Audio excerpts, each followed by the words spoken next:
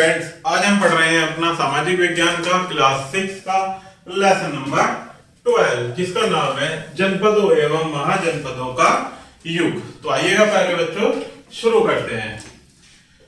कुछ लोगों ने बड़े बड़े यज्ञ आयोजित करके छोटे छोटे राजाओं से सम्राट बनने की प्रक्रिया आरंभ की। अश्वमेध यज्ञ एक ऐसा ही यज्ञ था। इसमें एक घोड़े को राजा के सैनिकों की देखरेख में स्वतंत्र विचरण के लिए छोड़ दिया जाता था। यदि इस घोड़े को किसी दूसरे राजा द्वारा रोका जाता था तो उसे अश्वमेध यज्ञ करने वाले राजा से युद्ध करना पड़ता था।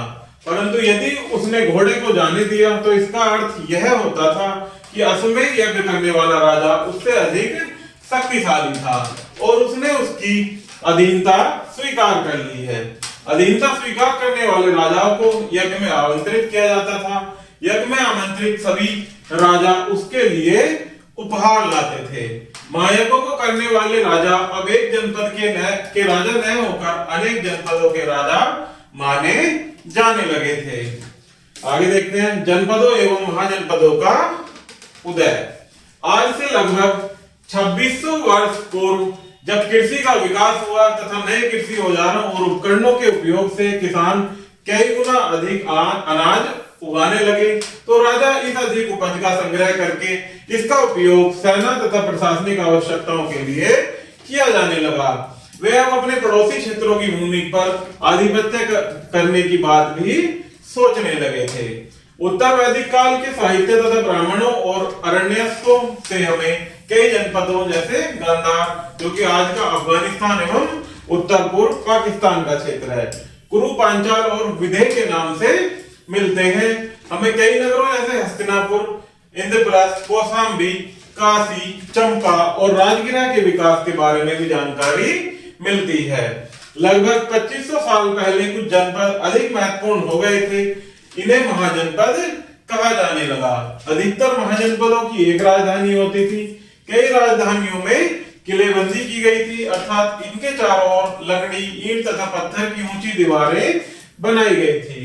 ऐसा प्रतीत होता है कि लोगों ने अन्य राजाओं के आक्रमण से डरकर अपनी सुरक्षा के लिए इन किलों का निर्माण किया। कुछ राजा अपनी राजधानी के चारों ओर विशाल, ऊंची और प्रभावशाली दीवार खड़ी कर अपनी समृद्धि और शक्ति का प्रदर्शन भी करते थे। इस तरह से किले के अंदर रहने वाले लोगों और उस क्षेत्र पर नियंत्रण रखना भी संभव हो जाता था। इस तरह की दीवार बनाने के लिए व्यापक योजना की आवश्यकता थी और लाखों की संख्या में ईंटों तथा पत्थरों का प्रबंध करना पड़ता था। हजारों स्त्री, पुरुष और बच्चे इसके निर्माण के लिए कठोर परिश्रम करते थे। अब राजा अपनी सुरक्षा के लिए नियमित सेना रखने लगे। इन्हें नियमित वेतन दिया जाता था। कौशाम्बी की किले की दीवार देखिए। यह चित्र उत्तर प्रदेश के इलाहाबाद के पास मिली ईंट की दीवार का अवशेष है। ये देख सकते हैं आप प्यारे बच्चों चित्र के माध्यम से। कहा है कौशाम्बी के किले की दीवार। इसके एक भाग का निर्माण संभवतः 2500 वर्ष पहले हुआ था। बौद्ध एवं जैन साहित्य से ज्ञात होता है कि 600 ईसा पूर्व भारत 16 राज्यों से बटा हुआ था। इन्हें महाजनपद कहा जाता था। कितने राज्यों में बटा हुआ था प्यारे बच्चों? भारत 16 जनपदों में, जिन्हें क्या कहा जाता था? महाजनपद। ये जनपद थे कुरु, पांचाल, वत्स, सूरसेन, मत्स्य, अंग, मल्ला, विद्रोह, चेदी, अस्मा, कंबुज, गंधा, काशी, कौशल, अवंती और मगध। ये 16 महाजनपद थे। इनमें से मगध, कौशल, वत्स और अवंती सर्वाधिक शक्तिशाली महाजनपद थे। उस समय ऐसे भी राज्य थे जहां वंशानुगत राजा नहीं थे। इन राज्यों को गण संघ कहा जाता था। यहाँ राज्य के राजा को जनता चुनती थी। इन गण संघों में कुछ प्रमुख गण संघ थे। कौन कौन से थे वो? मिथिला के वज्जी, कपिलवस्तु के शाक्य और पावा के मल्ल। गौतम बुद्ध का जन्म कपिलवस्तु के शाक्य वंश में हुआ था। इस काल में राजा बहुत शक्तिशाली बन गए थे। वे अपने राज्य के लोगों की रक्षा और युद्ध में सेना का नेतृत्व करते थे। राजा अपने राज्य का प्रशासन विभिन्न अधिकारियों की सहायता से करता था, जैसे अमात्य जिसे क्या कहते थे? मंत्री, पुरोहित जिसे क्या कौन था, धर्मगुरु, संगली कोषाध्यक्ष और सेनापति कौन होता था, सेना का प्रमुख। गांव के मुखिया भी प्रशासन में सहायता करते थे। आगे देखते हैं प्यारे बच्चों कर के बारे में। महाजनपदों के राजा विशाल किले बनवाते थे और बड़ी सेना रखते थे, इसलिए उन्हें प्रचुर संसाधनों की आवश्यकता होती थी।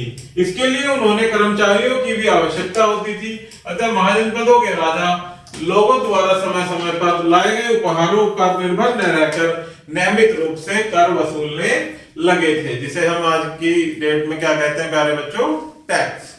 कर यानी टैक्स। फसलों पर लगाए गए कर सबसे महत्वपूर्ण थे, क्योंकि लोगों का मुख्य व्यवसाय कृषि ही था।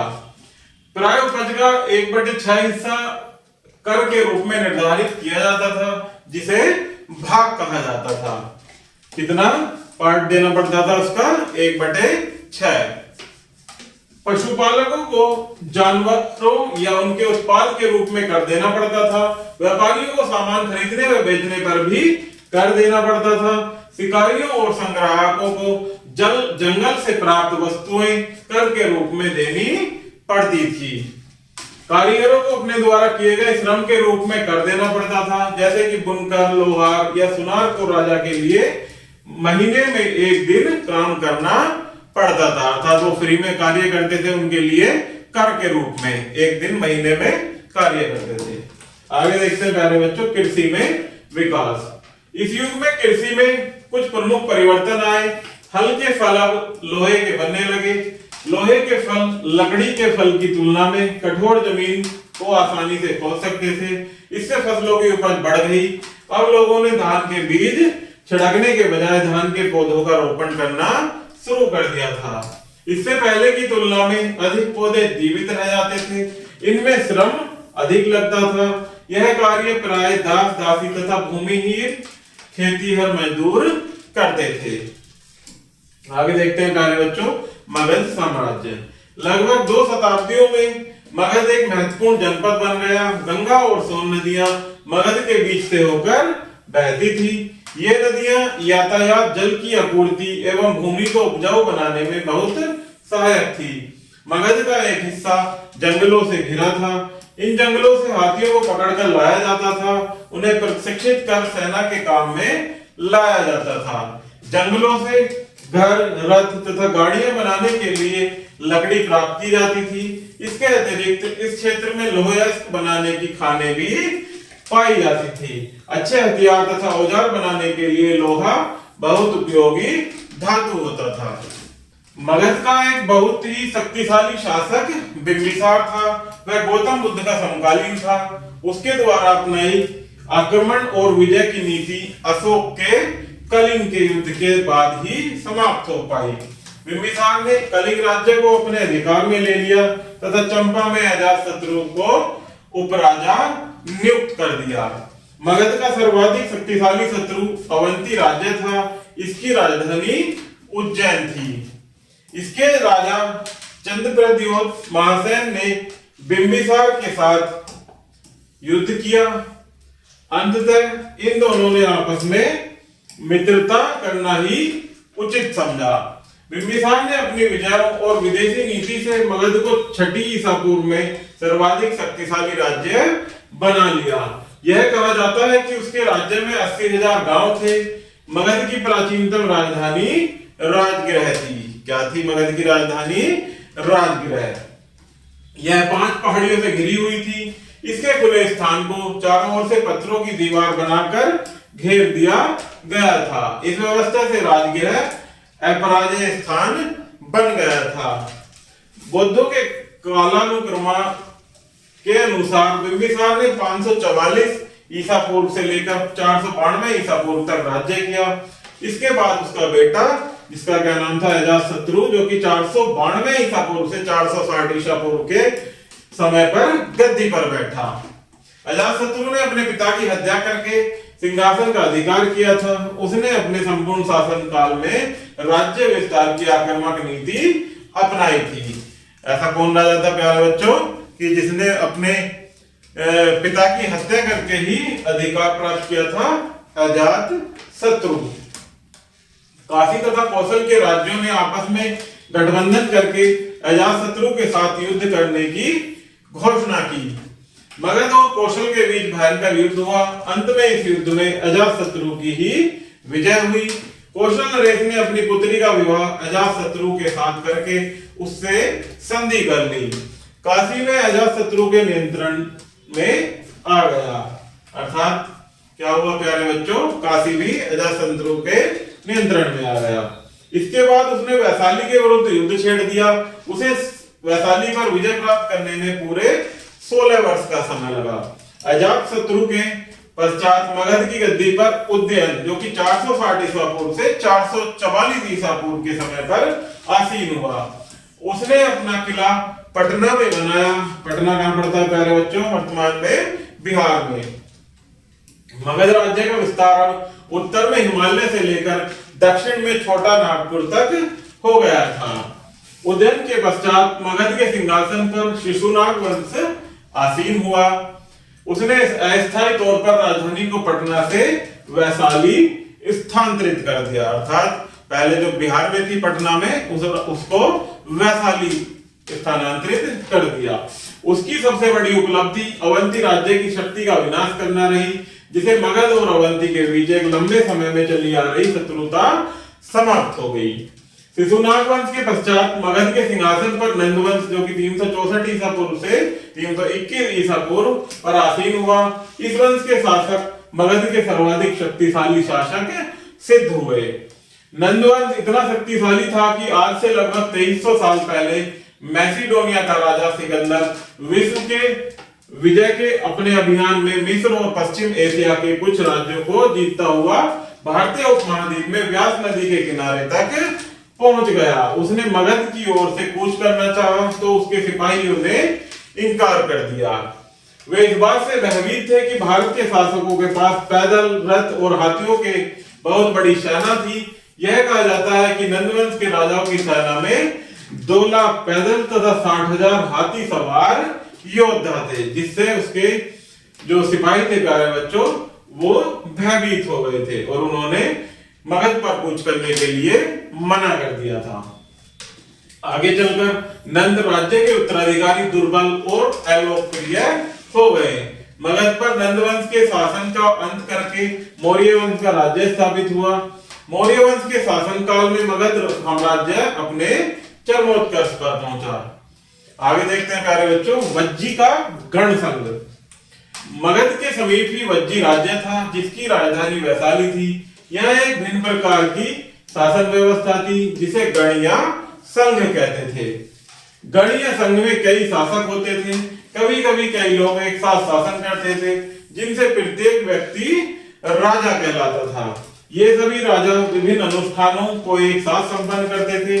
सभाओं में बैठकर ये वाद विवाद करते थे। शत्रुओं के आक्रमण का सामना करने के लिए ये मिलकर रणनीति बनाते थे। स्त्रियां, दास तथा कुंभकार इन सभाओं में हिस्सा नहीं लेते थे। कई शक्तिशाली राजा इन संघों को जीतना चाहते थे। इसके बावजूद उनका संगठन तब से लगभग 1500 साल पहले तक चलता रहा।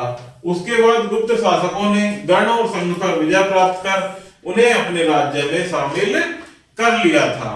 आगे देखते हैं प्यारे बच्चों इस काल की स्थिति, इस काल की सामाजिक एवं आर्थिक स्थिति। इस काल में समाज 4 वर्गों में विभाजित था, जिसमें ब्राह्मण, क्षत्रिय, वैश्य और शूद्र थे। इन 4 वर्णों में समाज विभाजित था प्यारे बच्चों। उच्च होने के क्रम में वर्ण शुद्धाति शुद्ध होता जाता था। शूद्र वर्ग की स्थिति बड़ी दयनीय थी। उन्हें धार्मिक और कानूनी अधिकारों से वंचित किया जाता था। शूद्रों द्वारा किए गए अपराधों के लिए बहुत कठोर दंड दिया जाता था। यदि ऐसा ही अपराध अन्य उच्च वर्गों द्वारा किया जाता था तो उन्हें कम दंड दिया जाता था। शूद्रों को अन्य समुदायों की दास की तरह सेवा करनी पड़ती थी। शूद्रों को ऊंचे पदों पर नियुक्त नहीं किया जाता था। उच्च वर्ग के सदस्य विशेषकर ब्राह्मण शूद्रों की संगति से दूर रहते थे।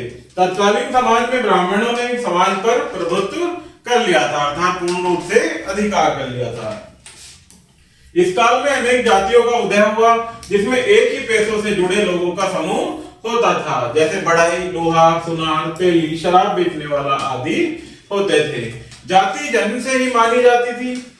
इस काल में अनेक नगर व्यापार एवं वाणिज्य के केंद्र बन गए थे। शिल्पकारों द्वारा उत्पादित माल व्यापारियों द्वारा दूर दूर तक ले जाया जाता था। व्यापारी या तो बैलगाड़ियों द्वारा यात्रा करते थे या नदी में नावों द्वारा। मुद्रा का प्रयोग होता था। इस काल के सिक्के तांबे व चांदी के कच्चे टुकड़ों के बने होते थे। किससे बने होते थे? सोने या चांदी के कच्चे टुकड़ों से। इसी क्रम में आगे कार्य बच्चों इसमें कुछ मुख्य बिंदु दिए गए हैं जिनको वन बाय वन पढ़ेंगे। इसमें पहला पॉइंट है कि आज से लगभग 2600 ईसा पूर्व भारत विभिन्न जनपदों एवं महाजनपदों में विभाजित था। महाजनपदों में मगध, कौशल, वत्स और अवंती 4 सबसे महत्वपूर्ण जनपद थे। नेक्स्ट पॉइंट है, इसके शासक सेना रखते थे तथा जनता से कर वसूलते थे। नेक्स्ट पॉइंट है, मगध के सबसे प्रसिद्ध शासक बिंबिसार तथा अजात शत्रु थे। इस पहले इनकी राजधानी राजगिरा थी और बाद में पाटलिपुत्र जो कि पटना में है वो बनी थी।